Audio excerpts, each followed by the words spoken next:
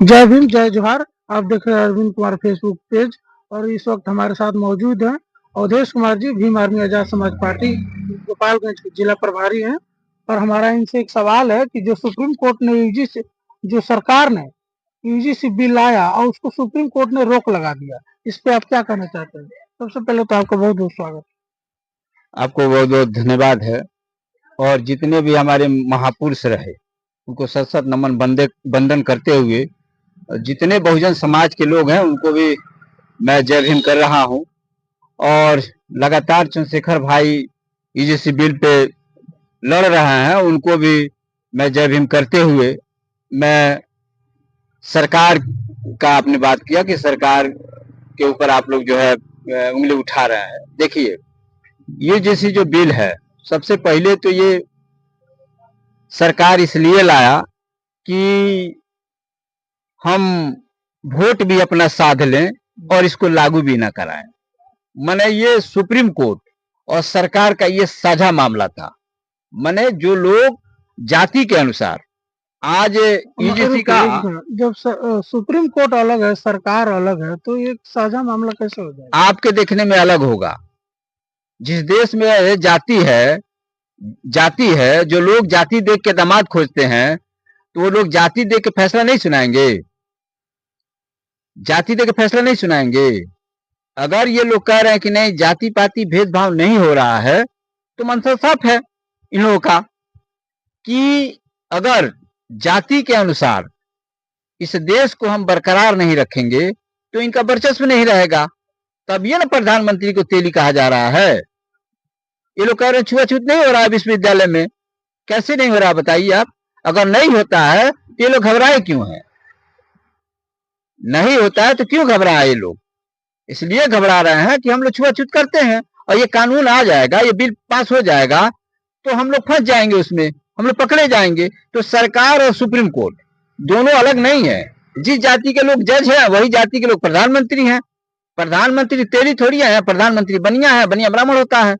तो ये समझना है हमको कि इस बिल को इसलिए लाया गया है कि विश्वविद्यालय में जो बच्चे पढ़ते हैं ओबीसी एससी एसटी का माइनॉरिटी का, उनके साथ भेदभाव होता है जाति के नाम पे, धर्म के नाम पर।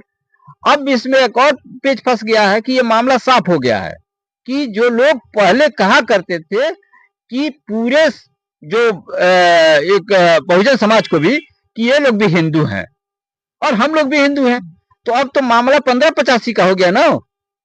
अब तो ये साफ हो गया। हम नहीं कह रहे हैं, जो लोग विरोध कर रहे हैं 15% लोग 85% लोगों का, तब तो मामला साफ हो गया कि ये लोग हिंदू नहीं है। कल तक जो है हिंदू मुस्लिम के नाम पर जो हमको गुमराह करके रखते थे, अब तो मामला साफ कर दिए, वही लोग साफ कर दिए कि हम 15% के लोग अलग हैं और तुम 85% के लोग अलग हो। और हिंदू जोड़ने के लिए एक यात्रा भी निकाला गया था, तो क्या उसको किस तरह? वो दिखावा है, वो दिखावा है और पूरे बहुजन समाज को ठगने का सिस्टम है।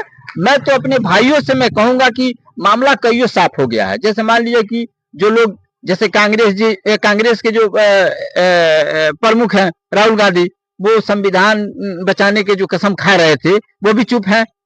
भाजपा लागू करवाना नहीं चाहता है और कम्युनिस्ट के लोग वही हैं। और बाकी जो अन्य पार्टियां हैं, जब जैसे मान लीजिए पीडीए बना लिया, जब पीडीए बना लिया और पीडीए नारा भी लगा रहा है और पीडीए के मामले पर अगर लोग बोल नहीं रहे हैं तो इसका क्या मतलब है? जो कल तक बहुजन थे आज सर्वजन हो गए हैं, बोल नहीं रहे हैं बहुजन के मामले पे, तो क्या मतलब है बहुजन का नाम लेने से? कोई मतलब है? तो सारी पार्टियां एक तरफ और चंद्रशेखर भाई एक तरफ। मैंने चंद्रशेखर भाई का क्लियर कट हिसाब है कि जो महापुरुष कह के गए थे कि नहीं, इस देश में अगर हमको कुछ पाना है तो हमको लड़ना पड़ेगा, बेगर लड़े कुछ नहीं मिलेगा। उसमें भी एक और बात आ गया है, ईवीएम जोड़ दिया गया है।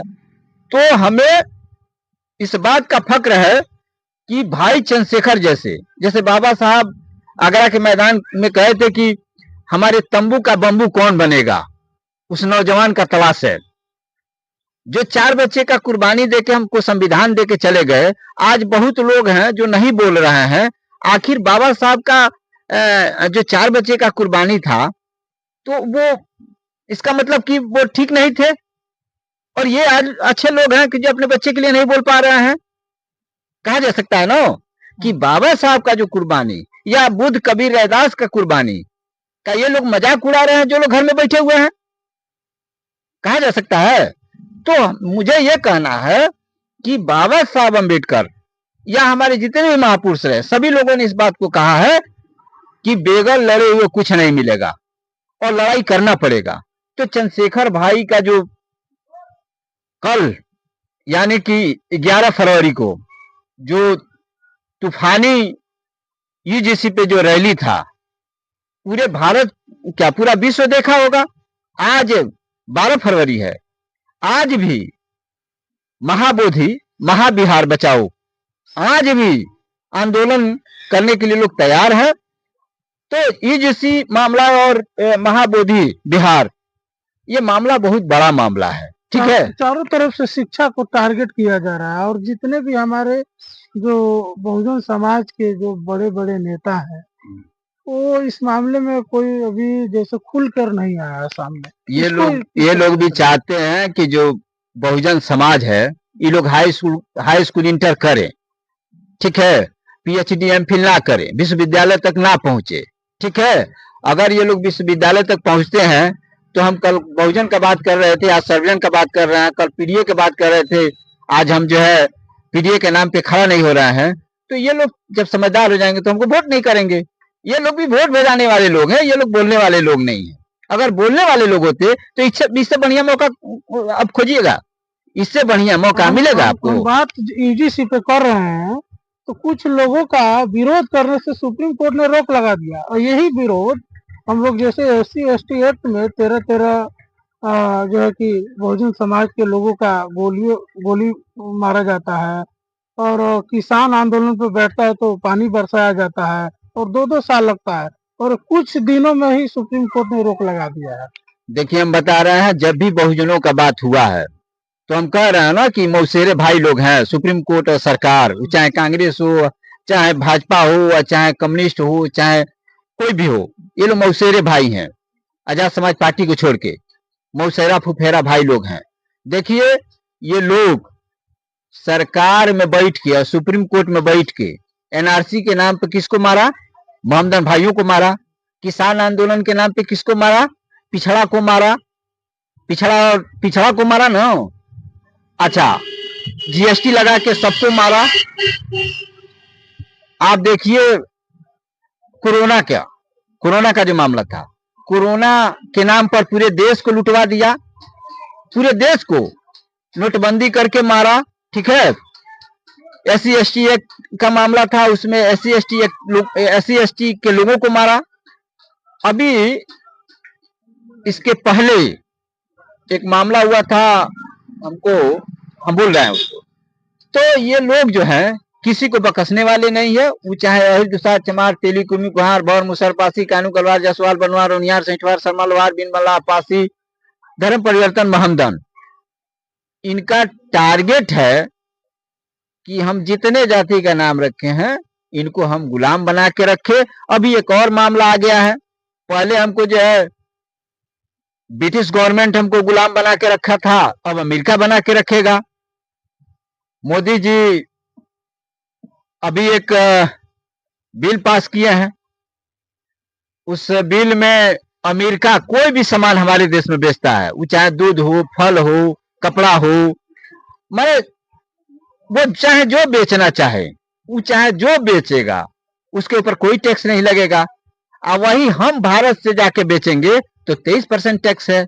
आप बताइए कि क्या देश गुलामी की तरफ नहीं जा रहा है? तो देश को गुलामी की तरफ ले जाया जा रहा है। यहाँ चीन का बात नहीं होगा, यहाँ पाकिस्तान का बात होगा, यहाँ चीन का बात नहीं होगा, अमेरिका का बात होगा। यहाँ चीन का बात और अमेरिका का बात दोनों का होना चाहिए। इसलिए होना चाहिए कि उधर चीन हमको दौड़ा रहा है, इधर अमेरिका फंसा रहा है।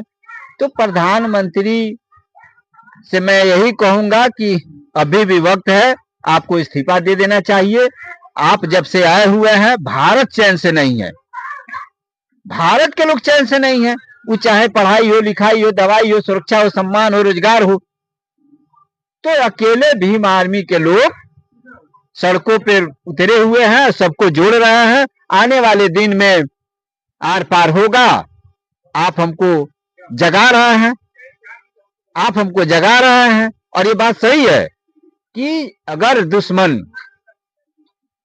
कभी भी अनजाने में भी गलती कर देता है तो अपने दुश्मन को समझदार बना देता है। वही हाल ईजीसी का है। ईजीसी का जो मामला है, ये लोग लाए तो इस मानसा से कि हम इसको जो है प्रचार करके और पिछड़ा का फिर हम वोट बिटोर लेंगे, लेकिन मामला फंस गया है, गले में अटक गया है, ये निकलने वाला नहीं है। बहुत बहुत शुक्रिया, धन्यवाद। जय भीम।